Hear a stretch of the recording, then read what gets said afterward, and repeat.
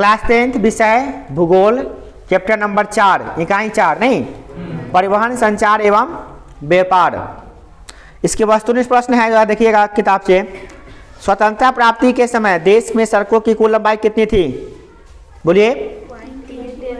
2.42 lakh kilometre. पक्की सड़कों की लंबाई की दृष्टि से प्रथम स्थान पर कौन राज्य है? महाराष्ट्र में सबसे ज्यादा पक्की सड़कें हैं नहीं। निम्नलिखित में कौन सी सड़क एक वर्ग नहीं, सड़क का एक वर्ग नहीं है? तो एक्सप्रेस वे नहीं। कौन है ना? कौन एक वर्ग है कि नहीं है? तो कौन होगा इसका आंसर? एक्सप्रेस वे होगा नहीं।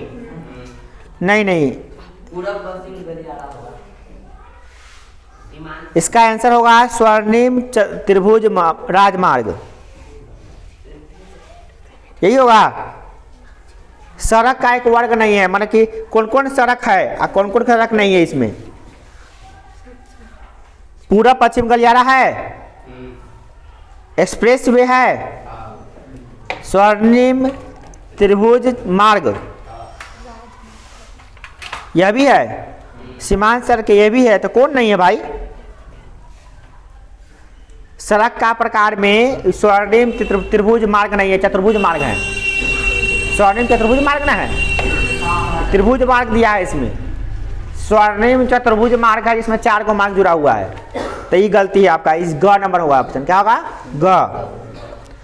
भारत में किन शहरों में मेट्रो रेल सेवा उपलब्ध है?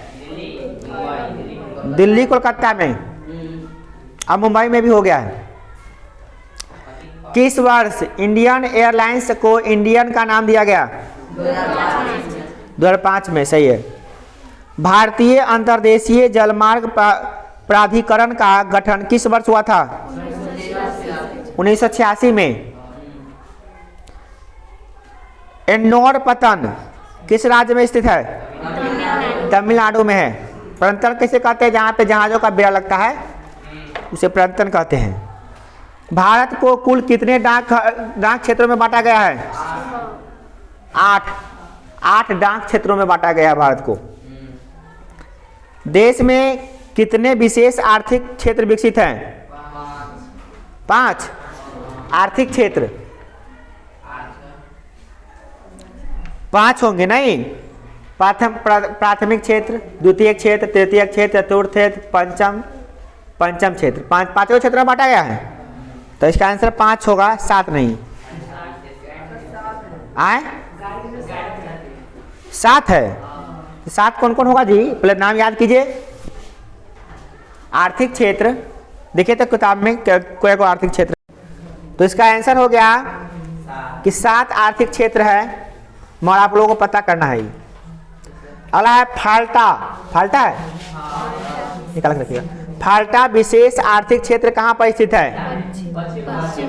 तो पश्चिम बंगाल में है ना। चलिए अब खत्म हो गया। अब लघु तो ये प्रश्न में देखिएगा। पहला प्रश्न है, भारत में सड़कों के प्रादेशिक वितरण का विवरण प्रस्तुत कीजिए। यही है।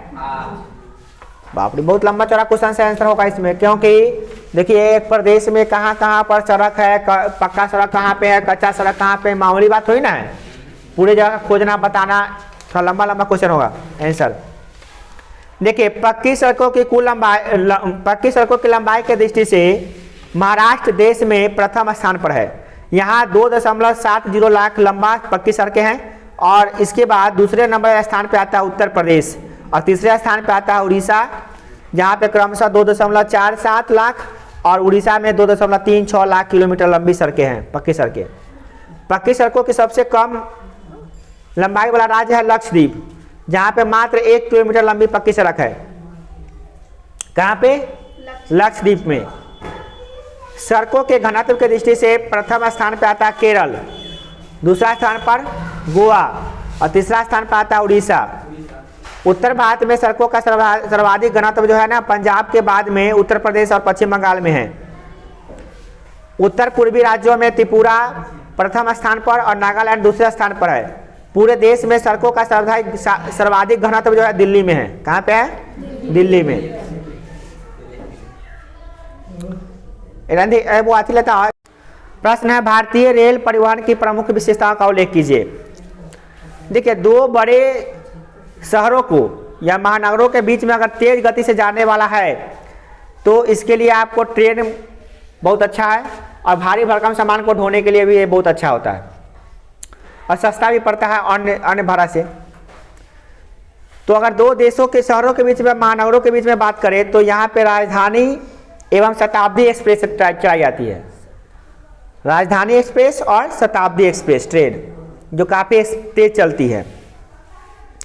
माल ढुलाई की बात करें तो प्राइवेट कंटेनर भी होता है, वैगन होता है, मालगाड़ियों द्वारा लाई जाती है। आपको कोई भी चीज़ मंगवाना है कहीं से, जैसे महाराष्ट्र से, दिल्ली से, कोलकाता से, कोई भी चीज़ मंगवाना है ट्रांसपोर्ट से, तो आप रेलवे में टिकट कटा देते हैं, वहाँ ट्रांसपोर्ट लगता है और आपका यहाँ पे उतर जाता है ना। तो इसके लिए भी काम आते हैं। ट्रेन की दुर्घटनाओं को रोकने के लिए इंजनों में एसीडी की व्यवस्था की गई है। क्या व्यवस्था की गई है? मतलब कि उसमें ड्राइवर सो नहीं सकता है। ट्रेन का ड्राइवर सोएगा तो उसमें अलार्म बजना शुरू हो जाएगा, और उसमें क्या होता है, एक्सीलेटर को बार बार दबाना पड़ता रहता है। ऐसे दबाते रहिए, नहीं दबाइएगा हर सेकंड पर, तो ट्रेन जो है ना अपने आप थोड़ा देर जाने के बाद रुक जाएगी। तो इसीलिए आपको दिमाग में आता होगा कि ट्रेन जो चलाता होगा ड्राइवर, अगर आँख से कुछ झड़पेगा तो क्या होगा, पटरी पर से उतर जाएगा, सीधे हालत खराब, मर जाएगा सब लोग। ऐसी कोई बात नहीं है, ऐसी कोई दुर्घटना नहीं होने वाली है ट्रेन में, क्योंकि उसमें एसीडी की व्यवस्था है। जैसे ही ड्राइवर को नींद आएगा तो ऐसे करना बंद करेगा। वो क्यों? क्योंकि नींद में ऐसे जल्दी होबे नहीं करेगा उससे। जब अलार्म बजना शुरू हो जाएगा, बड़ा जो सेकेंड ड्राइवर होगा उसको जगाएगा, प्राइवेट फर्स्ट ड्राइवर को, भाई उठिए, आपको नींद आ रही थी, जाइए सोइए, हम चला लेते हैं। दूसरा आदमी का ड्राइवर चलाएगा वहाँ पे काम करने, है ना। ऐसी बात। फिर बात नहीं करो। 1 अगस्त 1947 में रेलवे मंत्रालय ने क्या किया? रेल बीमा यात्रा शुरू कर दी योजना। मतलब कि ट्रेन में अगर कोई दुर्घटना हो जाता है तो उसमें बीमा हो गया। आप ट्रेन में चढ़ते हैं, टिकट कराते हैं ना, तो उसमें 1 रुपया लगता है, 2 रुपया लगता है बीमा कराने का। कहता है बीमा लीजिएगा तो ले लीजिए, 2-3 रुपया लगता है, चाहे 5-10 रुपया लगेगा। अब 5 रुपया करके बीमा करवा लिए, तो मान ली ट्रेन में कोई दुर्घटना हो गया तो आपका ट्रेन नंबर, टिकट नंबर है, सरकार का दर्ज है, उसमें आपको पैसा मिल जाएगा। उतना 2 लाख, 4 लाख, 10 लाख आपको घर के परिवार को मिलेगा।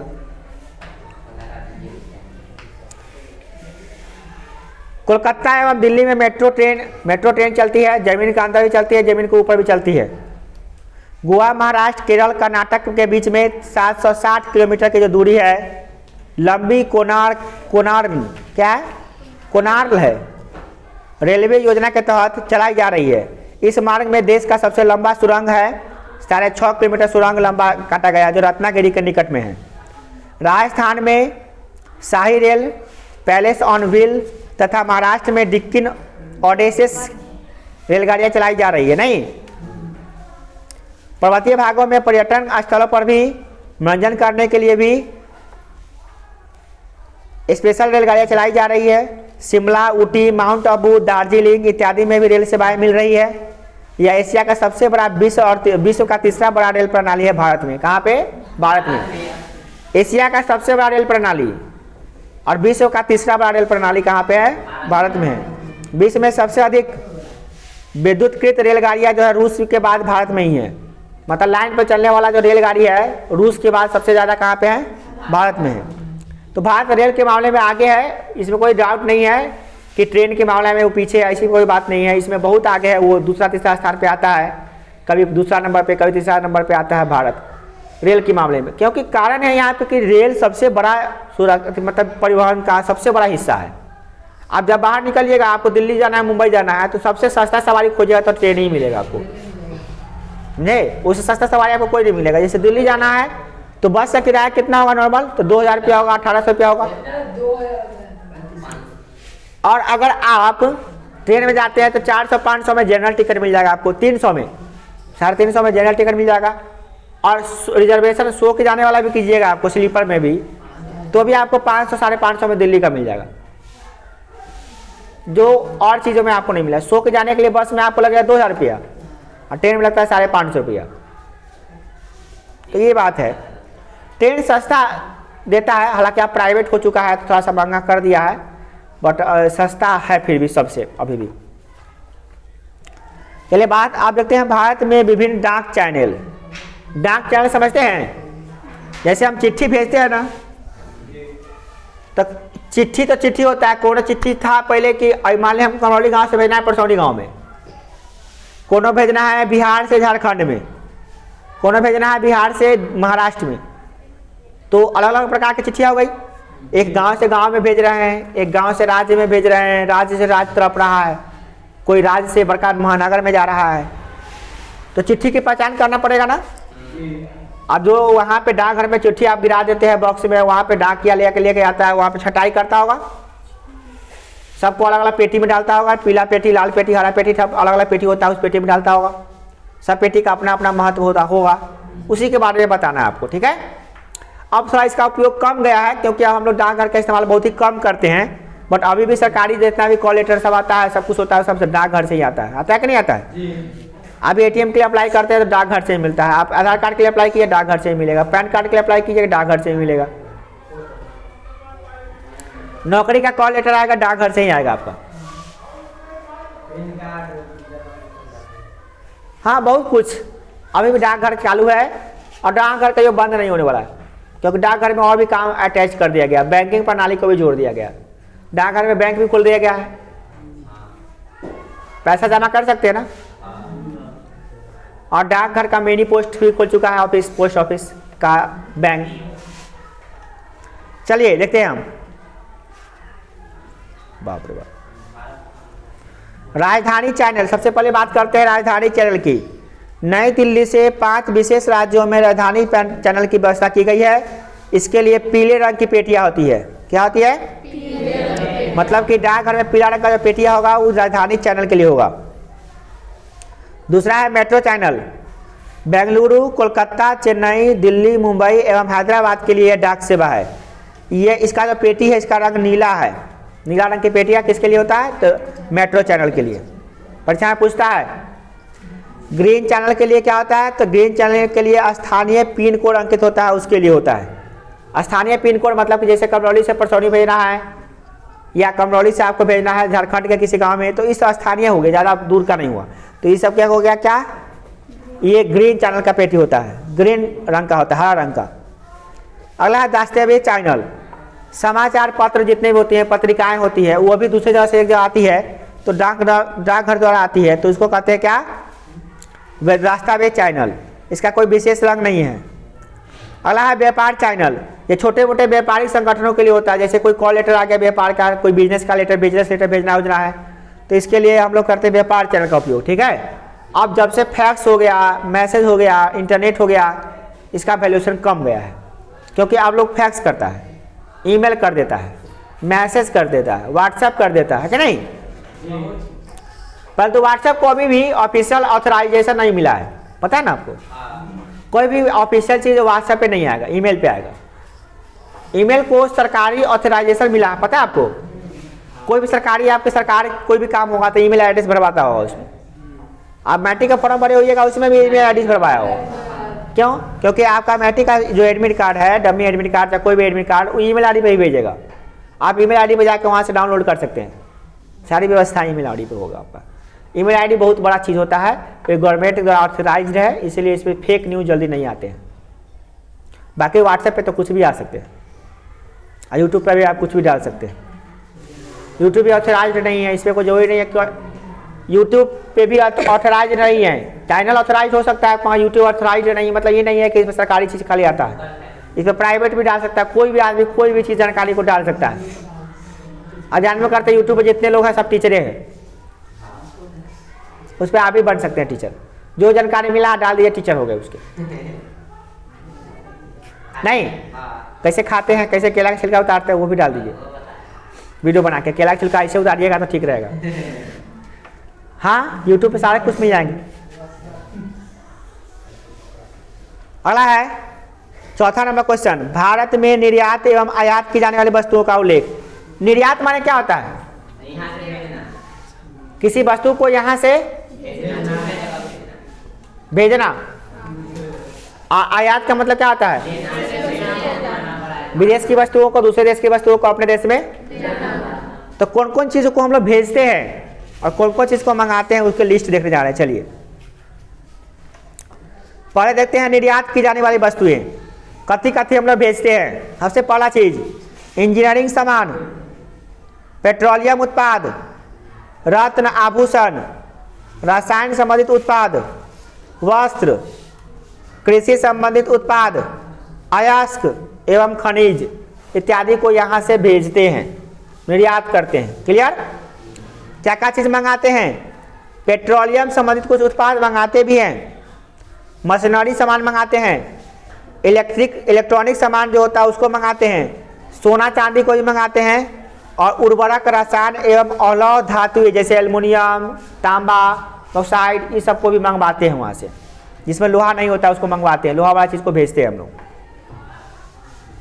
ठीक है, तो ये लिस्ट है, आपको याद करना पड़ेगा कि कौन सी चीज़ को भेजते हैं, कौन कौन चीज़ को मंगाते हैं। और ये ऑब्जेक्टिव क्वेश्चन में भी आता है कि इसमें से कौन वस्तु आयात की जाती है या कौन वस्तु आयात नहीं की जाती है। 4 को दे देगा, 3 को देगा आयात करने वाली वस्तु, 1 को देगा नहीं वाला।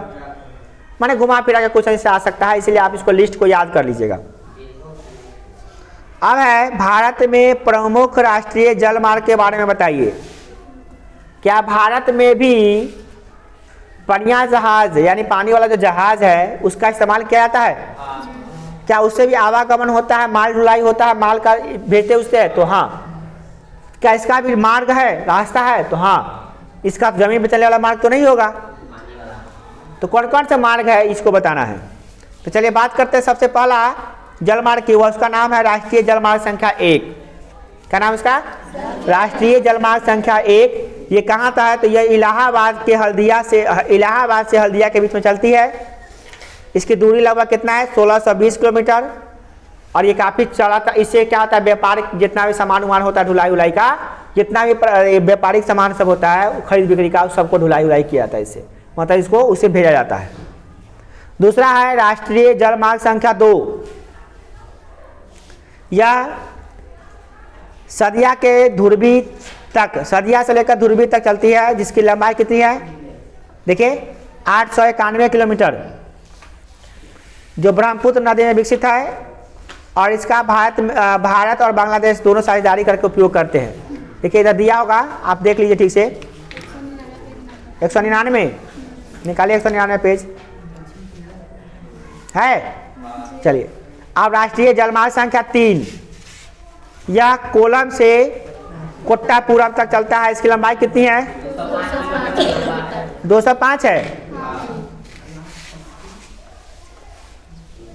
तो 205 में वो 0 ज़्यादा दिया गया। चलिए हो गया, चलिए हो गया। 205 किलोमीटर है।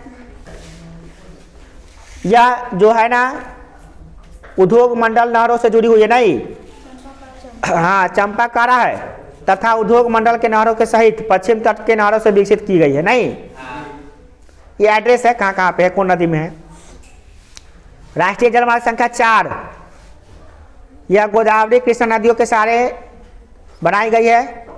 ये कितना किलोमीटर में फैली हुई है?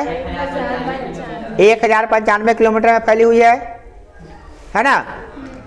और पुडुचेरी काकीनाडा नहर के सहारे यह जल मार्ग आंध्र प्रदेश, तमिलनाडु और पुडुचेरी में फैला हुआ है, नहीं? चलिए अगला है राष्ट्रीय जलमार्ग संख्या 5।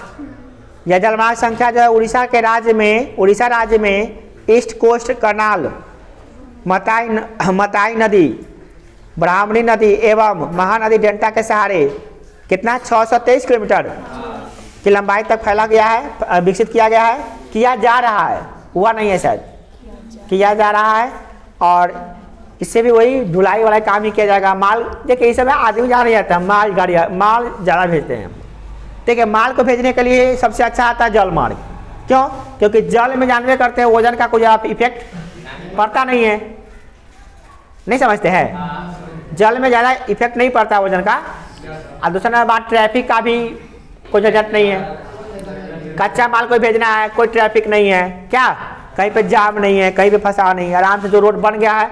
अब नदी में रोड बनाना बहुत जरूरी होता है। नदी में कैसे रोड बनेगा भाई? नदी में कहीं पे उबड़ खाबड़ जमीन होता है ना, तो अगर जहाँ पे कम पानी होगा तो वहाँ पे नाव चटक जाएगा, आगे बढ़वे नहीं करेगा, मिट्टी में चपक जाएगा। तो गड्ढा बराबर होनी चाहिए, उसे कहते हैं मार्ग, समझे? गड्ढा की जो ऊंचाई है, अब नाव का मान लिए इतना धंसा हुआ है, तो इतना पानी में तो नहीं चलेगा ना, ज़्यादा पानी होगा तभी तो चलेगा। तो उसके लिए सब जगह पानी का व्यवस्था होना चाहिए ना।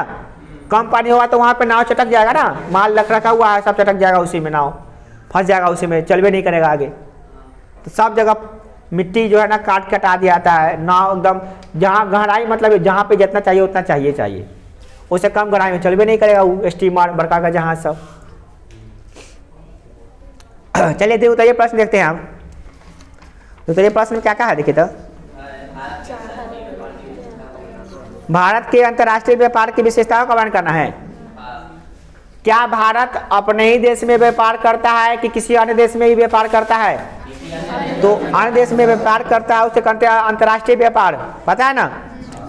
तो भारत एक अंतर्राष्ट्रीय व्यापार नए नए देशों में बढ़ता जा रहा है, नए नए बाजार बन रहे हैं। भारत 95% विदेशी वस्तुओं को समुद्री मार्ग द्वारा होता है व्यापार।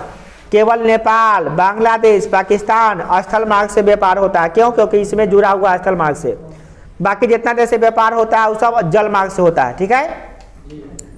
निर्यात की जाने वाली वस्तुओं की संख्या लगातार बढ़ती जा रही है, माने भारत भेजने वाला चीज़ को बहुत बढ़ाते जा रहा है। निर्यात के साथ साथ आयात का व्यापार भी बढ़ रहा है, मतलब कुछ सामान को मंगाने भी लगे हैं ज़्यादा अब हम लोग। कृषि सामान एवं प्रौद्योगिकी उत्पादन में वृद्धि हो रही है। इससे क्या हो रहा है कि देश, क्योंकि कारण है कि देश में इंजीनियरिंग वस्तुएं, साइकिल, सिलाई मशीन, बिजली के पंखा, ये सब बढ़ रहा है उत्पादन इसका। और इसके बढ़ने के कारण से क्या हो रहा है, इस सबको हम लोग निर्यात कर रहे हैं, दूसरे देश में सप्लाई कर रहे हैं। भारत का विदेशी व्यापार से भारत में प्रति व्यक्ति आय में विकसित हो रहा है, मतलब कि हमारा प्रति व्यक्ति आय भी बढ़ रहा है उससे। और अन्य देशों की तुलना में विदेशी व्यापार प्रति व्यक्ति आय बहुत कम बढ़ा है, परंतु बढ़ रहा है धीरे धीरे। ठीक है। भारत का विदेशी व्यापार व्यापारिक समझौते की साझे के अनुसार हो रहा है। देखिए, जो विदेशी व्यापार होता है ना, वो सब नियम कानून का अंतर्गत होता है। जैसे अंतर्राष्ट्रीय व्यापार का नियम कानून होता है, उस नियम कानून का अधीन होता है। भारत का विदेशी व्यापार में प्रधानता में कोलकाता, मुंबई, चेन्नई, कोचीन, प्रदीप, कंडाला, विशाखापट्टनम इत्यादि बंदरगाहों से होता है। मतलब ये सब बंदरगाह है जहाँ पर जहाज पर माल लाद दिया जाता है, वहाँ से जाता है विदेश को। वर्तमान समय में अंतर्राष्ट्रीय स्तर पर सॉफ्टवेयर महाशक्ति उभर रहा है। इसके परिणाम स्वरूप सूचना प्रौद्योगिकी व्यापार में भी हम विदेशी मुद्रा अर्जित कर रहे हैं। मतलब कि हम लोग सूचना प्रौद्योगिकी में, इंफॉर्मेशनल टेक्नोलॉजी में बहुत आगे निकल गए हैं और हम लोग नया नया सॉफ्टवेयर बना रहे हैं और सॉफ्टवेयर को भी सप्लाई कर रहे हैं, जिससे विदेशी मुद्रा हमको प्राप्त हो रही है। जब हम सामान बेचेंगे तो क्या प्राप्त होगा? हमको विदेशी मुद्रा प्राप्त होगा। और जब हम सामान को खरीदेंगे तो स्वाभाविक अपने देश का पैसा दूसरे देश में भेज दिए तो हम गरीब ना हो जाएंगे। जितना सामान हम बेचेंगे, जितना विदेशी मुद्रा हमें प्राप्त होगा, उतने ही ज़्यादा हम अमीर बनेंगे, हमारा देश अमीर बनेगा, हमारे देश के लोग अमीर बनेंगे।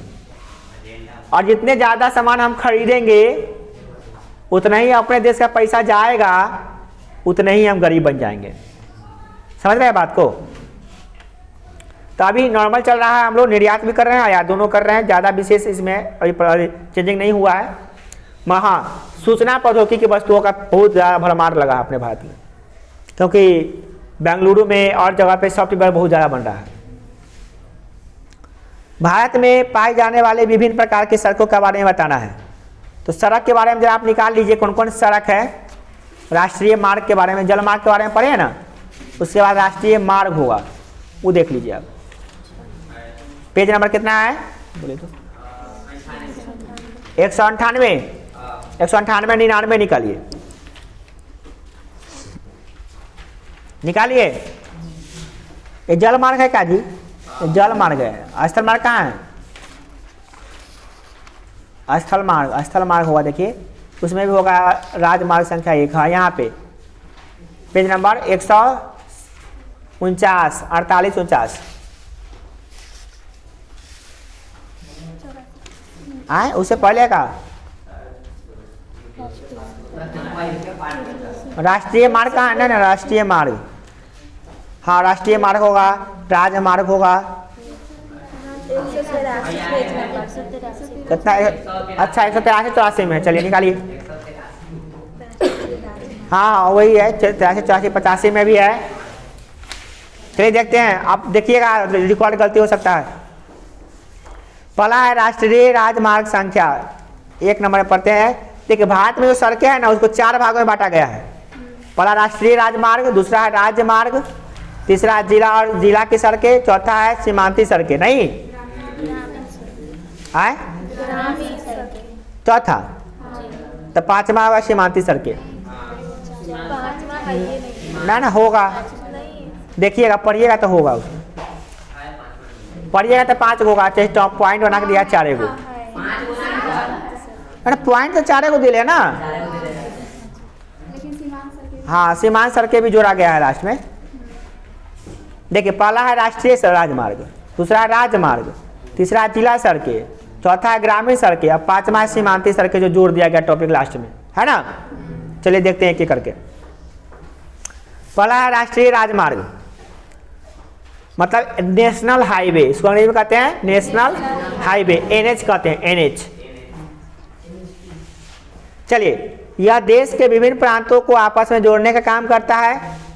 इस दृष्टि से राष्ट्रीय राजमार्ग संख्या कितनी है? 7 है, जो सबसे लंबी है। यह राजमार्ग सबसे बड़का एनएच कौन है? पूछेगा, ये परीक्षा में पूछता है, भारत में सबसे बड़का एनएच कौन है? एनएच 7, राष्ट्रीय राजमार्ग संख्या 7। कहाँ कहाँ से गुजरता है? तो वाराणसी, जबलपुर, नागपुर, हैदराबाद, बेंगलुरु, मदुरई से होते हुए कन्याकुमारी तक जाती है। और इसकी लंबाई कितनी है? 2369 किलोमीटर लंबा है। देश की कुल 228 राष्ट्रीय राजमार्ग है। कितने राजमार्ग है? एनएच 228 तक होगा, एक से लेकर शुरू होकर। जिनकी कुल लंबाई की बात करें तो 66,590 किलोमीटर है पूरे सड़कों की लंबाई। और सड़कों की कुल लंबाई का यह मात्र 2% है, जान लीजिए। अगर भारत में पूरा सड़क है तो उसका 2% मात्र इतना है, जो आयात की दृष्टि से 40% भाग को ढोता है। मतलब कि 40% का आवागमन जो होता है, मालगाड़ी चाहे व्यक्ति का ढुलाई, वो 40% भाग इसी से होता है, इसी भाग से होता है। दूसरा है राजमार्ग।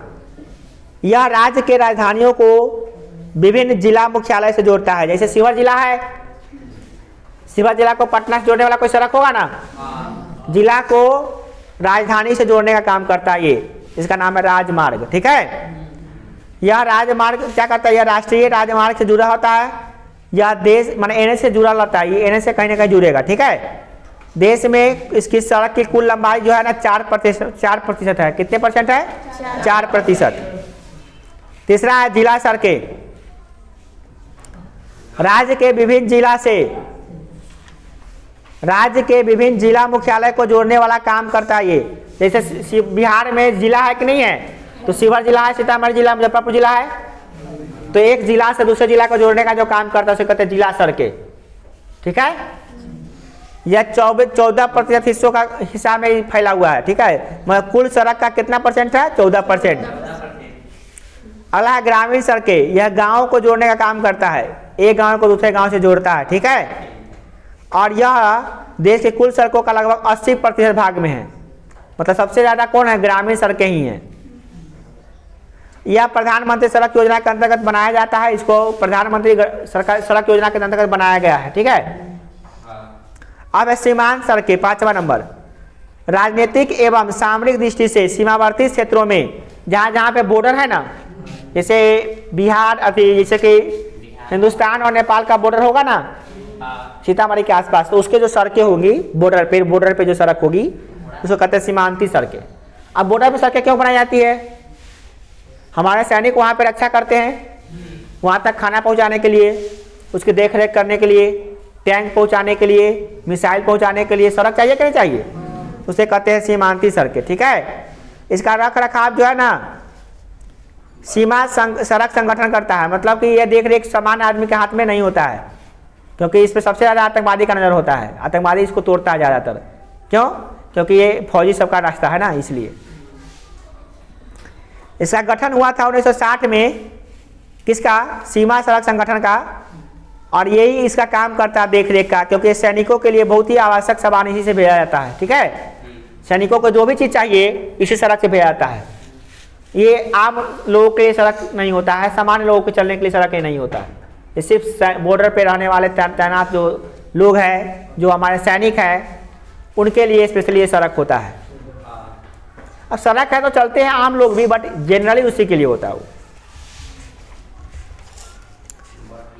चलिए अगला प्रश्न है आपका, तीसरा नंबर प्रश्न, भारतीय अर्थव्यवस्था में परिवहन और संचार साधनों की महत्ता स्पष्ट कीजिए। आप जरा बताइए कि कोई भी व्यापार, कोई भी वाणिज्य, कोई भी बिजनेस बिना सड़क के हो सकता है क्या? अपने भारत में, अपने भारत में तो नहीं हो सकता है। और देशों में तो हो जाएगा, कहीं शायद पानी के माध्यम से कर लेगा। अपने भारत में सब जगह पानी पर जल मार्ग से जा सकते हैं? नहीं जा सकते। आपको शिवहर से सीतामढ़ी सामान भेजना है तो जल से जा सकता है? नहीं जा सकता, उपाय नहीं, सड़क मार्ग का ही सहारा लेना पड़ेगा आपको। तो परिवहन एवं संचार जो होता है ना, हमारे देश के समुचित विकास करने में बहुत बड़ा योगदान देता है। परिवहन और संचार के साधनों के मदद से क्या होता है कि हम लोग अपने उपभोक्ता की जो वस्तुएं, उपभोग करने की वस्तुएं हैं, उसकी आपूर्ति कर पाते हैं। जहाँ पे जो सामान भेजना चाहिए उसको भेज पाते हैं। इसीलिए राष्ट्र की अर्थव्यवस्था में इसका बहुत बड़ा योगदान है। जीवन रेखा कहा जाता है इसको, सड़क को। सड़क नहीं है, जीवन रेखा, लाइफ लाइन है। सड़क खत्म तो हमारे देश का अर्थव्यवस्था का चौपट हो जाएगा। परिवहन के कई साधन हैं। ये कच्चे माल को भी भेजता है, और जब बाजार में सामान पहुंचाना होता है तो उसको भी भेजता है, पक्के माल को भी भेजता है। देश की रक्षा में लगे हुए सैनिकों के आहार के लिए जो खाना पीना है, गोला बारूद है, उसको भेजने का काम सड़क के मार्ग से ही होता है। बड़ी मात्रा में खाद्यान्न, जितनी भी वस्तुएं होती है, जितने भी अनाज होते हैं, उसको एक जगह से दूसरी जगह भेजने के लिए इसका भी काम किया जाता है, सड़क का ही होता है। बाढ़ आते हैं, तूफान आते हैं, तरह तरह की गतिविधियाँ आती हैं, और इन सभी में संचार और सड़क की महत्वपूर्ण भूमिका निभाई जाती है। नहीं, ये जो भूमिका जो है काफ़ी अच्छा निभाती है, क्योंकि सड़क के बिना किसी भी देश का विकास हो या ना हो, ये हम जानते हैं, मगर भारत का विकास तो नहीं होगा, तय है। बिना सड़क के भारत का विकास संभव ही नहीं है, क्योंकि सड़क से ही आप सब कुछ करते हैं। अभी आप कल्पना कीजिए कि आपके गांव के सड़कें टूट जाएंगी सब, तो आपका आना जाना बंद हो जाएगा। शिवहर नहीं जा सकते हैं आप, कैसा होगा ज़िंदगी? पूरा एकदम, गैस नहीं मिलेगा आपको, क्योंकि आवागमन ठप हो चुका है, गैस नहीं मिल रहा है, तो खाना पीना सब कुछ, चूल्हा चौका सब बंद हो जाएगा। आदमी मर जाएगा, बिल्कुल मर जाएगा, क्योंकि लाइफ लाइन तो यही है, सड़क ही तो है लाइफ लाइन। अभी आप तबीयत किसी के खराब हो जाएगा तो एम्बुलेंस से ले जाएगा, हवाई जहाज से नहीं ले जाएगा क्या? है ना कि नहीं? तो लाइफ लाइन सड़क ही है। चलिए लाइफ लाइन तो बात समझ, आप तरफ पाइप लाइन समझ लेते हैं, है ना? पाइप लाइन बहुत जानवे करते हैं, परिवहन का एक बहुत बड़ा योगदान है पाइप लाइन। पाइप लाइन में क्या होता है? कोई भी लिक्विड पदार्थ, लिक्विड माने तरल पदार्थ, द्रव पदार्थ को एक जगह से दूसरे जगह भेजने के लिए सबसे अच्छा उपाय है। करे क्या करे तुम? बैठो, मम्मी बात करेंगे। हम तो पढ़ा रहे हैं मोबाइल से, अभी पढ़ा लेते तो पिला देते, ठीक है? अभी पढ़ा रहे हैं ना, देखो। मम्मी बोलिए मोबाइल लेने के लिए। मम्मी को बोलिएगा पापा बोले हैं कि पढ़ा रहे हैं। अच्छा, मम्मी नाना से बात करेंगे। तो पाइपलाइन की बात करें तो पाइपलाइन से हम लोग क्या भेजते हैं? तरल पदार्थ को, जितने भी लिक्विड पदार्थ है, बड़ा अच्छा हो जाता है। जानते हैं पाइपलाइन की व्यवस्था अगर हो जाता है तो बहुत अच्छा हो जाएगा। अब जैसे गैस जो आता है हम लोग को सिलेंडर में भर के आता है, जानते हैं कितना परेशानी होता है? हर आदमी को परेशानी होती है। अगर रुके ना, पढ़ा लेते तो जाइएगा। तो अगर मान लें पाइपलाइन की व्यवस्था कर लेंगे तो वहाँ सरकार एजेंसी से सीधे गैस भेजेगी पाइप से, और हम लोग आराम से यूज करेंगे नहीं। और उसमें क्या करेंगे, हम लोग रिचार्ज करा लेंगे, जितना का रिचार्ज कराएंगे उतना का आएगा गैस। क्या और जगह पे लग चुका है, और जगहों पे लगा है पहाड़ी क्षेत्रों में, हम लोगों की तरफ भी लग जाएगा आने वाले समय में। इसमें सिलेंडर का काम खत्म हो जाएगा। सही में सिलेंडर वाला काम बहुत झंझटिया है, एक ढप उठा के पटाख टूक करता रहता है उधर से, और टंकी में से वहाँ जाइए, वहाँ से वहाँ लाइए, वहाँ से वहाँ लाइए। मैं माथा दुखा जाता है टंकी देख देख के। और पता है सबसे हमको याद क्या लगता है? टंकी पता नहीं किस घर से आया है, और गाय का मांस बना है कि सुअर का मांस बना है, कौन जानता है? जानता है?